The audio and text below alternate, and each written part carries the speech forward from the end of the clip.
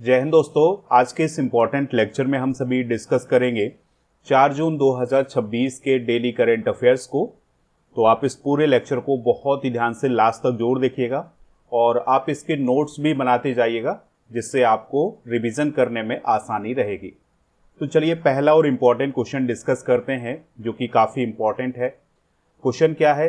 संयुक्त राष्ट्र महासभा यानी यूनाइटेड नेशन जनरल असेंबली के 81वें सत्र के नए अध्यक्ष कौन चुने गए हैं? तो आंसर हो जाएगा इसका खलीलुर रहमान। तो बांग्लादेश के फॉरेन मिनिस्टर हैं खलीलुर रहमान। तो उन्हें हाल ही में संयुक्त राष्ट्र महासभा का जो 81वां सत्र है उसका अध्यक्ष चुना गया है। तो देखिए दोस्तों, एक साल का ये सत्र होता है। तो ये सितंबर 26 से शुरू होगा और सितंबर 27 तक रहेगा और ये 81वां सत्र होगा। तो इसी के अध्यक्ष कौन चुने गए हैं? खलीलुर रहमान। संयुक्त राष्ट्र महासभा की बात करें तो संयुक्त राष्ट्र के जो 6 प्रमुख अंग हैं उनमें से एक कौन है? संयुक्त राष्ट्र महासभा। तो इसका हर साल एक सत्र होता है और उस सत्र के लिए एक अध्यक्ष चुना जाता है। तो इस साल 81वें सत्र के जो अध्यक्ष चुने गए हैं वो खलीलुर रहमान चुने गए हैं, जो कि बांग्लादेश के हैं। ठीक है, बांग्लादेश के ये विदेश मंत्री हैं। तो वहाँ पर जब वोटिंग हुई तो उन्हें 99 वोट हासिल हुए और जो उनके प्रतिद्वंदी थे यानी जो उनके अगेंस्ट थे उनको 91 वोट हासिल हुए हैं। उनके अगेंस्ट थे साइप्रस के एंड्रियास काकोरिस, तो वो हार गए हैं और खलीलुर रहमान जीत गए हैं, उन्हें 99 वोट हासिल हुए हैं। वह सितंबर 2026 से अपना एक साल का कार्यकाल संभालेंगे। अभी जो 80वां सत्र है उसकी अध्यक्ष कौन है? तो उसकी अध्यक्ष हैं जर्मनी की पूर्व विदेश मंत्री एनालेना वेयरबॉक। ये बात भी आप याद रखिएगा, ये अभी भारत की यात्रा पर भी आई थी, तो याद रखिएगा एनालेना वेयरबॉक 80वें सत्र की अध्यक्ष हैं और 81वें सत्र के अध्यक्ष कौन बने हैं? खलीलुर रहमान। संयुक्त राष्ट्र महासभा या यूनाइटेड नेशन जनरल असेंबली की बात कर लेते हैं। तो यूनाइटेड नेशन के जो 6 अंग हैं उनमें से एक अंग माना जाता है। इसे विश्व की लघु संसद भी बोला जाता है। हर साल इसकी बैठक होती है जिसमें जो संयुक्त राष्ट्र के मेंबर हैं उनके प्रतिनिधि वहां पर पहुंचते हैं और अपना भाषण देते हैं। वर्तमान में इसके जो मेंबर हैं वो कितने हैं? 193। महासभा अंतर्राष्ट्रीय सहयोग सुरक्षा परिषद के स्थायी सदस्यों का चुनाव करती है। इसके अलावा महासचिव की नियुक्ति और संयुक्त राष्ट्र के बजट को भी मंजूरी देती है। दोस्तों, अब आप कमेंट बॉक्स में ये बताइएगा कि संयुक्त राष्ट्र दिवस कब मनाया जाता है, ये आप कमेंट बॉक्स में जरूर बताइएगा। चलिए अब अगले क्वेश्चन को डिस्कस करते हैं, जो कि काफ़ी इंपॉर्टेंट है। तो क्वेश्चन क्या है? रुद्रम 2 मिसाइल का परीक्षण हाल ही में किस फाइटर जेट या लड़ाकू विमान से किया गया है? आंसर हो जाएगा सुखोई 30 MKI से। तो हाल ही में रुद्रम 2 मिसाइल का परीक्षण किया गया है सुखोई 30 MKI विमान से और ये सफल परीक्षण हुआ है। और ये परीक्षण किसने किया है? DRDO यानी defence research and development organisation ने इसका परीक्षण किया है। और दोस्तों, इस मिसाइल की अगर हम विशेषताओं की बात करें तो ये हवा से ज़मीन पर 300 किलोमीटर तक अपने टारगेट को हिट कर सकती है और यह मिसाइल दुश्मन के राडार के बंद हो जाने पर भी उसे खोजकर नष्ट कर सकती है। यानी कि इसके पास ऐसी क्षमता है कि अगर इसको टारगेट दे दिया जाए और अगर रडार बंद भी हो जाता है तब भी उस टारगेट को वो हिट करेगी। अगला क्वेश्चन है, हाल ही में केंद्रीय माध्यमिक शिक्षा बोर्ड जिसे CBSE बोला जाता है के नए अध्यक्ष कौन बने हैं? तो आंसर हो जाएगा लोखंडे प्रशांत सीताराम। तो लोखंडे प्रशांत सीताराम जो हैं वो हाल ही में CBSE के चेयरमैन चुने गए हैं। तो अभी CBSE को लेकर के एक विवाद भी चल रहा है ऑन स्क्रीन मार्किंग का, तो काफ़ी विवाद था। इसके बाद जो CBSE के वर्तमान में चेयरमैन थे राहुल सिंह, उनको हटा दिया गया और उनके स्थान पर लोखंडे प्रशांत सीताराम को चेयरमैन नियुक्त किया गया है। इसके अलावा एक और नियुक्ति की गई है, वरुण भारद्वाज को CBSE का नया सचिव भी बनाया गया है। तो अध्यक्ष बने हैं लोखंडे प्रशांत सीताराम और सचिव बने हैं वरुण भारद्वाज। बात कर लेते हैं CBSE की। तो इसे central board of secondary education बोला जाता है और इसकी स्थापना की बात करें तो अंग्रेजों के समय इसकी स्थापना हुई थी 2 जुलाई को 1929 में और फिर इसका जो पुनर्गठन हुआ था ये 1952 में हुआ था। और ये शिक्षा मंत्रालय भारत सरकार के अंतर्गत आता है और इसका काम पूरे देश में स्कूलों के लिए शिक्षा का स्तर, पाठ्यक्रम और परीक्षा प्रणाली निर्धारित करना। और दोस्तों, सीबीएसई ने विदेशी छात्रों के लिए दुनिया भर में 26 से अधिक देशों में परीक्षा केंद्र स्थापित किए हैं, यानी कि ये बहुत बड़े स्तर पर परीक्षा करवाता है। दोस्तों, भारत के बाहर दुबई में इसका पहला क्षेत्रीय कार्यालय और उत्कृष्टता केंद्र भी स्थापित किया गया है। तो ये बेसिक जानकारी है सीबीएसई की। कुछ इंपॉर्टेंट नियुक्तियां भी डिस्कस करते हैं। तो आंध्र प्रदेश हाईकोर्ट की पहली महिला मुख्य न्यायाधीश कौन बनी है? लीसा गिल। सेल के नए सीएमडी कौन बने हैं? अशोक कुमार पांडा। बीएमसी की पहली महिला नगर आयुक्त कौन बनी है? अश्विनी भेड़े। मेघालय की पहली महिला मुख्य न्यायाधीश कौन बनी है? रेवती मोहिते डेरे। ओडिशा की पहली महिला मुख्य सचिव कौन बनी है? अनु गर्ग। और मुख्य सूचना आयुक्त कौन बने हैं? राजकुमार गोयल। तो ये कुछ इंपॉर्टेंट नियुक्तियां हैं, इनको आप नोट कर सकते हैं। अब ये कुछ पुरानी नियुक्तियां हैं, क्योंकि डेली नियुक्तियों को हम डिस्कस करते हैं तो बार बार वही नियुक्तियां नहीं हम डिस्कस करते हैं। कुछ नई नियुक्तियां हैं, कुछ पुरानी नियुक्तियां हैं, तो इनको आप नोट कर लीजिएगा। अगला क्वेश्चन है, सीनियर डिप्लोमेट विपुल को किस देश में भारत का एम्बेसडर नियुक्त किया गया है? आंसर हो जाएगा सऊदी अरब। तो दोस्तों, सऊदी अरब में भारत के एम्बेसडर कौन बनाए गए हैं? विपुल बनाए गए हैं। इनका नाम केवल क्या है? विपुल है। तो भारत सरकार ने सीनियर डिप्लोमेट विपुल को सऊदी अरब में भारत का नया एम्बेसडर नियुक्त किया है। और सऊदी अरब में भारत के राजदूत के रूप में नियुक्त होने वाले वो पहले हिंदू IFS ऑफिसर हैं। उन्होंने सऊदी अरब में भारत के राजदूत के रूप में किसका स्थान लिया है? डॉक्टर सुहेल एजाज खान का। यानी कि अभी तक डॉक्टर सुहेल एजाज खान भारत के राजदूत थे सऊदी अरब में, अब कौन बन गए हैं? विपुल बन गए हैं। सऊदी अरब की अगर हम बात करें तो रियाद इसकी कैपिटल है। सलमान यहाँ के राजा हैं, क्राउन प्रिंस और प्रधानमंत्री हैं मोहम्मद बिन सलमान। सऊदी रियाल यहाँ की करेंसी है। और अगर हम इसकी नेबरिंग कंट्री की बात करें तो इसकी सीमा Jordan, Iraq, Kuwait, Qatar, UAE और ओमान और यमन से लगती है। दोस्तों, हाल ही में नियुक्त किए गए कुछ इंपॉर्टेंट राजदूत डिस्कस करते हैं। जैसे अनीता शुक्ला को इक्वाडोर में राजदूत नियुक्त किया गया है, पुनीत अग्रवाल थाईलैंड में, और मुआनपुई सायाबी न्यूजीलैंड में। अमित कुमार मिश्रा को जॉर्जिया में भारत का राजदूत नियुक्त किया गया है। दिनेश के पटनायक को कनाडा में, और एलियावती लॉन्ग कुमार को उत्तर कोरिया में, विनय मोहन क्वात्रा को अमेरिका में, विक्रम दोराई स्वामी को चाइना में भारत का एम्बेसडर नियुक्त किया गया है। इनकी हाल ही में नियुक्ति की गई है, तो इसलिए इनका नाम जरूर याद रखिएगा। इसके अलावा पेरियासामी कुमारन को यूनाइटेड किंगडम में, दिनेश त्रिवेदी बांग्लादेश में भारत के हाई कमिश्नर बने हैं। प्रणय वर्मा की बात करें तो वो बेल्जियम और यूरोपीय यूनियन में भारत के राजदूत बने हैं। और प्रशांत पिसे ओमान में भारत के राजदूत बने हैं। तो ये हाल ही में नियुक्त किए गए राजदूत हैं। अगले क्वेश्चन की तरफ बढ़ते हैं। क्वेश्चन क्या है? 4 जून 2026 से पहली विश्व योगासन चैंपियनशिप कहाँ शुरू होगी? आंसर हो जाएगा अहमदाबाद में। तो गुजरात के अहमदाबाद में पहली विश्व योगासन चैंपियनशिप आयोजित होने जा रही है और ये 4 जून से शुरू होगी। ठीक है, इसमें 40 से अधिक देशों के एथलीट शामिल होंगे। अमेरिका की टीम भी इसमें हिस्सा लेगी। और ये जो चैंपियनशिप आयोजित करवाई जा रही है, इसका मुख्य उद्देश्य ये है कि जो 2036 के ओलंपिक हैं उसमें योगासन को एक खेल के रूप में शामिल करवाया जाए। ठीक है, इसी के लिए ये चैंपियनशिप आयोजित की जा रही है। और ये चैंपियनशिप भारत के खेल मंत्रालय, आयुष मंत्रालय, इन सभी के सहयोग से की जा रही है। अभी दोस्तों, हमने कुछ दिन पहले आपको करंट अफेयर्स में बताया था कि हमारे जो खेल मंत्री हैं मनसुख मांडविया जी, उनके द्वारा एक घोषणा की गई है कि 2030 के जो कॉमनवेल्थ गेम्स होंगे उसमें योगासन को शामिल किया जाएगा। अब 2030 के जो कॉमनवेल्थ गेम्स हैं ये कहाँ आयोजित होने हैं? अहमदाबाद में। ठीक है, इसलिए इम्पॉर्टेंट है, आपको याद रखना है कि 2030 के कॉमनवेल्थ गेम्स में किसको शामिल किया गया है? योगासन को शामिल किया गया है। अगले क्वेश्चन की तरफ बढ़ते हैं। काफ़ी इंपॉर्टेंट क्वेश्चन है। तो क्वेश्चन क्या पूछ रहा है आपसे? किस नेशनल पार्क ने हाल ही में इको शॉप लॉन्च किया है? आंसर हो जाएगा काजीरंगा राष्ट्रीय उद्यान। तो काजीरंगा राष्ट्रीय उद्यान जो है ये असम राज्य में है, तो उसने हाल ही में एक इको शॉप को लॉन्च किया है। अब यहाँ पर बात हुई है जिम कॉर्बेट नेशनल पार्क की। तो जिम कॉर्बेट नेशनल पार्क कहाँ है दोस्तों?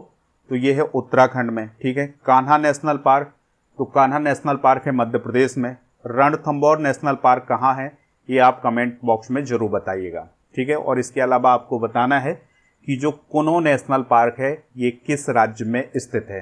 तो ये 2 क्वेश्चन है आपके लिए, इनका आंसर आप कमेंट बॉक्स में बताइएगा। तो काजीरंगा नेशनल पार्क ने इको शॉप को हाल ही में लॉन्च किया है। तो इसका उद्देश्य है वन संरक्षण को बढ़ावा देना और आजीविका से जुड़े कार्यक्रमों को बढ़ावा देना। तो अब इसमें क्या होगा कि ये जो इको शॉप लॉन्च की गई है, इसमें काजीरंगा नेशनल पार्क में जो प्रोडक्ट बनेंगे, जो मतलब वहाँ पर प्रोडक्ट बनाए जाएंगे, उनको अमेज़न के ज़रिए बेचा जाएगा, ठीक है। जो हैंडलूम प्रोडक्ट बनेंगे, जो हाथ से प्रोडक्ट बनाए जाते हैं, जैसे बांस से बनाए जाने वाले प्रोडक्ट होंगे, लकड़ी से बनाए जाने वाले जो प्रोडक्ट होंगे, उनको अमेज़न के ज़रिए बेचा जाएगा, ठीक है। तो इसी के लिए इको शॉप को हाल ही में लॉन्च किया गया है। काजीरंगा राष्ट्रीय उद्यान की बात करें तो ये असम के गोलाघाट और नगांव जिले में है। इसकी स्थापना 1905 में संरक्षित क्षेत्र के रूप में हुई थी। फिर इसे 1974 में एक नेशनल पार्क के रूप में घोषित किया गया था। यहाँ की जो सबसे बड़ी विशेषता है ना, वो है एक सींग वाला गैंडा, ठीक है। 1985 में इसे यूनेस्को विश्व धरोहर स्थल भी घोषित किया गया था। अब देखिए, असम के राष्ट्रीय उद्यान की बात हुई है, तो असम में कौन कौन से राष्ट्रीय उद्यान हैं याद रखिएगा। काजीरंगा राष्ट्रीय उद्यान तो है ही, इसके अलावा मानस है, डिब्रू सैखोवा है, नमेरी है, ओरांग है, देहिंग पटकाई है और रैमोना है, और सिकना झालाओ राष्ट्रीय उद्यान, ये सभी असम राज्य में ही स्थित हैं। अगले क्वेश्चन की तरफ बढ़ते हैं। क्वेश्चन क्या है? National payments corporation of India यानी एनपीसीआई की अंतर्राष्ट्रीय शाखा NIPL ने किस देश में UPI भुगतान सुविधा शुरू की है? आंसर हो जाएगा इसका कंबोडिया। तो दोस्तों, कंबोडिया में UPI भुगतान सुविधा शुरू की गई है। तो जो भारतीय टूरिस्ट होंगे जो कंबोडिया जाएंगे, वो अब UPI के माध्यम से वहाँ पर पेमेंट कर सकते हैं। तो अब कंबोडिया में भी ये सुविधा शुरू हो चुकी है। इससे पहले आपको याद रखना है कि भूटान में भी ये सुविधा शुरू हुई है। दोस्तों, UPI एक डिजिटल पेमेंट सिस्टम है, आप सभी लोग इसका इस्तेमाल करते हैं। तो NPCI यानी national payment corporation of India के द्वारा इसे 2016 में शुरू किया गया था। अभी दोस्तों, त्रिनिदाद और टोबैगो देश में भी UPI शुरू हुआ है, और जो त्रिनिदाद और टोबैगो देश है, ये UPI को अपनाने वाला पहला कैरेबियन देश है। भारत की जो UPI सुविधा है वो अब इजराइल में भी उपलब्ध होगी। कैपिटल की बात करें यानी राजधानी की बात करें तो फिनोम पेन यहाँ की राजधानी है, और यहाँ एक प्रमुख हिंदू मंदिर है जिसका नाम है अंकोर वाट मंदिर, ठीक है। नेक्स्ट क्वेश्चन है, हाल ही में भारत दौरे पर आई वेनेजुएला की कार्यवाहक राष्ट्रपति कौन है? तो इसका जो राइट आंसर हो जाएगा वो हो जाएगा डेल्सी रोड्रिगेज। तो जो डेल्सी रोड्रिगेज हैं, ये हाल ही में भारत की यात्रा पर आई हैं, और ये वेनेजुएला देश की कार्यवाहक राष्ट्रपति हैं। दोस्तों, कुछ दिनों पहले यानी आपने जनवरी में एक न्यूज़ सुनी होगी कि जो वेनेजुएला के राष्ट्रपति थे निकोलस मादुरो, उसको अमेरिका के द्वारा गिरफ्तार किया गया है, ठीक है, और अमेरिका ले जाया भी गया है। तो जब निकोलस मादुरो को गिरफ्तार कर लिया गया, फिर वहाँ पर कार्यवाहक राष्ट्रपति कौन बनी है? Delsey Rodriguez. तो ये अभी भारत की यात्रा पर आई हैं, और इनकी जो यात्रा होगी ये 3 जून से 7 जून तक रहेगी, और ये उनका एक आधिकारिक दौरा है। इस दौरे के दौरान वो प्रधानमंत्री मोदी जी, विदेश मंत्री डॉक्टर S जयशंकर जी से मुलाकात करेंगी, और इस यात्रा के दौरान दोनों देशों के बीच में ऊर्जा सहयोग, व्यापार और निवेश, स्वास्थ्य सेवा, दवा उद्योग और नवीकरणीय ऊर्जा पर चर्चा करेंगे। दोस्तों, वेनेजुएला देश की भी बात कर लेते हैं। तो यह दक्षिण अमेरिका का एक देश है। यहाँ पर आप दक्षिण अमेरिका को देख पा रहे हैं, तो ये वेनेजुएला है, और यहाँ पर आपको ब्राज़ील दिखाई दे रहा है। तो दक्षिण अमेरिका महाद्वीप का क्षेत्रफल की दृष्टि से सबसे बड़ा देश है ब्राज़ील, ठीक है, ये पॉइंट भी आप नोट कर लें। और अभी हम बात कर रहे थे वेनेजुएला की, तो काराकस इसकी राजधानी है, और वेनेजुएला देश में जो प्राकृतिक संसाधन पाए जाते हैं उसमें तेल है, प्राकृतिक गैस है, सोना है, बॉक्साइट है। और इस देश की जो पूरी इकोनॉमी है वो तेल पर आधारित है, ठीक है, क्योंकि यहाँ पर बड़ी मात्रा में तेल निकलता है, तो इसकी पूरी इकोनॉमी तेल पर निर्भर है। अब जो वेनेजुएला की कार्यवाहक राष्ट्रपति भारत आ रही हैं, तो इससे क्या होगा कि भारत तेल खरीदने पर भी चर्चा कर सकता है। अगला क्वेश्चन है, हाल ही में पटना हाई कोर्ट की 48वें मुख्य न्यायाधीश के रूप में किसे नियुक्त किया गया है? तो आंसर हो जाएगा दोस्तों जस्टिस मीनाक्षी एम राय को। तो मीनाक्षी एम राय जो हैं वो पटना हाई कोर्ट की 48वीं मुख्य न्यायाधीश बनी हैं। वो 5 जून 2026 को अपने पद की शपथ लेंगी और अभी तक जस्टिस संगम कुमार साहू वहाँ पर चीफ जस्टिस थे, वो रिटायर होंगे 4 जून को, और 5 जून को मीनाक्षी एम राय जो हैं वो अपने पद की शपथ लेंगे।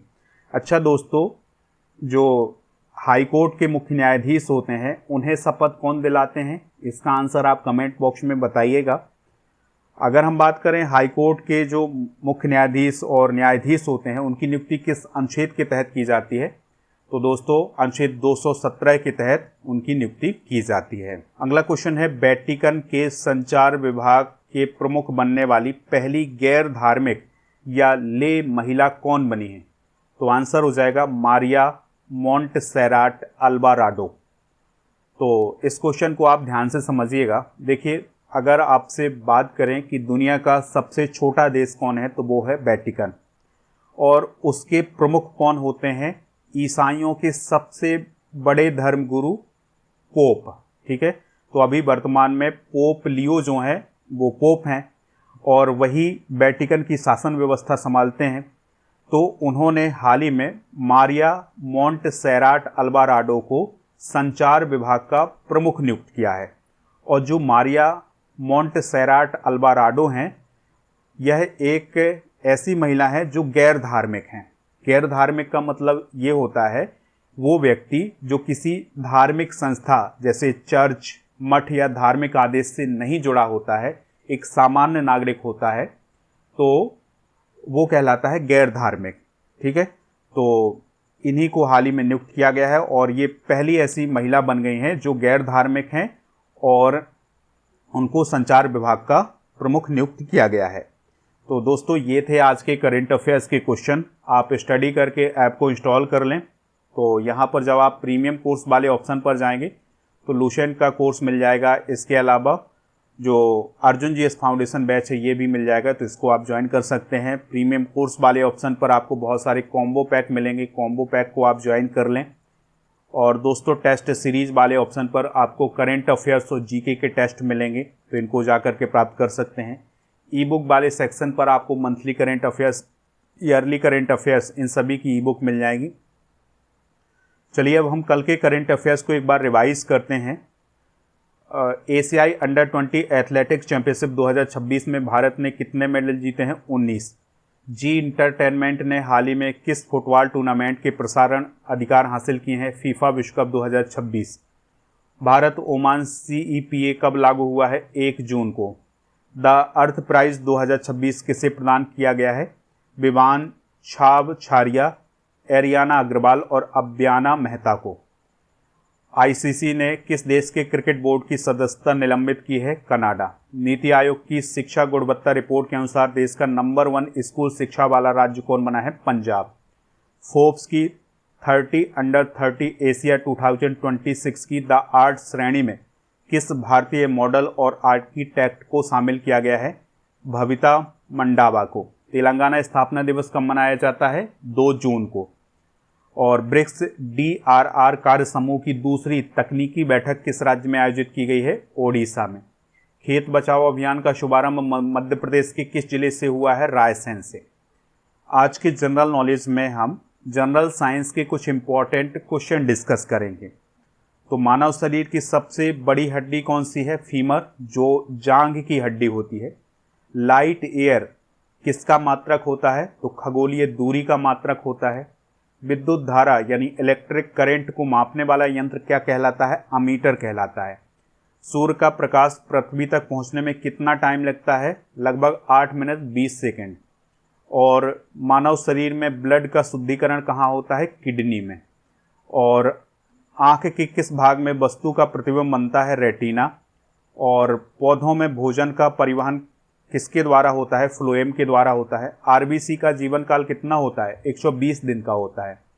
और वायुमंडल में सर्वाधिक मात्रा में कौन सी गैस पाई जाती है? नाइट्रोजन, लगभग 78% पाई जाती है। बिजली के बल्ब का फिलामेंट किस धातु का बना होता है? टंगस्टन का। ओजोन परत मुख्य रूप से किस मंडल में पाई जाती है? स्ट्रेटोस्फीयर में, यानी समताप मंडल में। रक्त का थक्का जमाने के लिए कौन सा विटामिन मदद करता है? विटामिन के।